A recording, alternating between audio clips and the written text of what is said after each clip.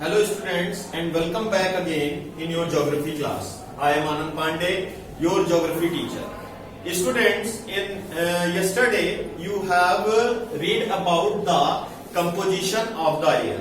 So now today again we are going to start another topic in chapter number 12, composition and structure of the atmosphere. So students, today we are going to learn about the structure of the atmosphere. I hope all of you remember that we have studied in class 7. So first we are going to understand about the structure of the atmosphere.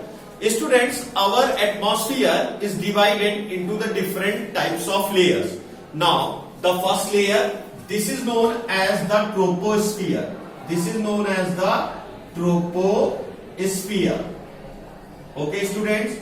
And now this layer is known as the stratosphere. Stratosphere.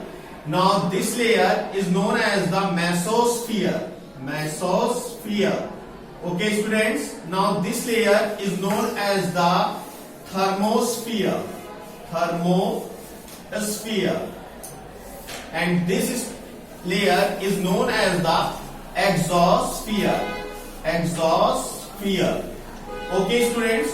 So now these are the 1, 2, 3, 4, 5. So these are the 5 layers of our Earth surface.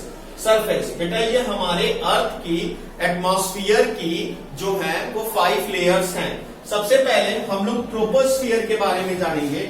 Troposphere जो layer होता है बेटा वो हमारे अर्थ के सबसे पास का layer होता है. This is the lower most layer of the atmosphere. ये सबसे नीचे होता है.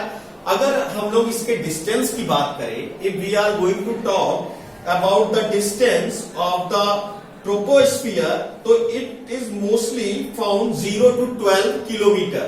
ये 0 से 12 किलोमीटर के बीच में ये पाया जाता है. Then after that troposphere means the all weather phenomenons done in this layer. जितने भी वेदर चेंजिंग के फॉर्म्स होते हैं वो हमारे इसी लेयर में हमको देखने को मिलते हैं. जैसे रेनफॉल का होना, क्लाउड्स का बनना, वो भी हमें इसी लेयर में देखने को मिलता है. Then after that this layer is known, this line is known as the tropopause. हम इसे tropopause बेटा बोलते हैं. Then after that, now this one is the stratosphere. ये हमारा स्ट्रेटोस्फियर लेयर है बेटा.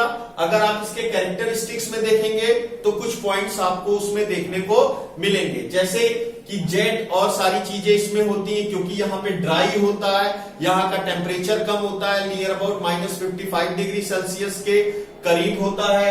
और यहाँ पे जो हमारे जेट प्लेन्स हैं और भी चीजें वो यहाँ पे उड़ते हैं क्योंकि यहाँ पे कोई भी वेदर मेकिंग नहीं होती है. फिर उसके बाद से नेक्स्ट हम लोग आते हैं. नेक्स्ट हमारा है मेसोस्फियर. इसका भी अगर हम लोग अपने अर्थ से डिस्टेंस की बात करें मेसोस्फियर की, तो ये 50 से 80 किलोमीटर के करीब ये हमारे अर्थ से पाया जाता है. और यहाँ पे टेम्परेचर जो है वो अल्टीट्यूड के हिसाब से डिक्रीज करने लगता है. यहाँ पे बहुत कम टेम्परेचर होता है. यहाँ -100 से भी नीचे टेम्परेचर चला जाता है. Then after that now we are coming the next thermosphere. Thermosphere means the ionosphere. Why it is called the ionosphere? Because the charged particles of the electrically charged particles of the ions are present in this layer. और अगर हम लोग बात करें इसके benefits की, तो ये यहाँ पर जो चार्ज आयन पार्टिकल्स होते हैं वो बेटा जो भी हमारे रेडियो फ्रीक्वेंसीज हैं, जो भी कम्युनिकेशंस के हैं, उसी से हम लोग उनको दोबारा रिसीव कर पाते हैं. Then after that, in the last, this one is the exosphere. So this is known as the planetary also. It is known as the planetary layer. इसे हम लोग प्लेनेटरी भी बोलते हैं क्योंकि ये स्पेस में चला जाता है और प्लैनेट से भी मिल जाता है. जो भी प्लेनेटरी है, प्लैनेट है, स्पेस है, तो ये उससे भी मिल जाता है. और ये हमारा सबसे आउटर मोस्ट है. यहाँ पे टेम्परेचर जो है वो बढ़ने लगता है, यहाँ पर टेम्परेचर ज्यादा होने लगता है.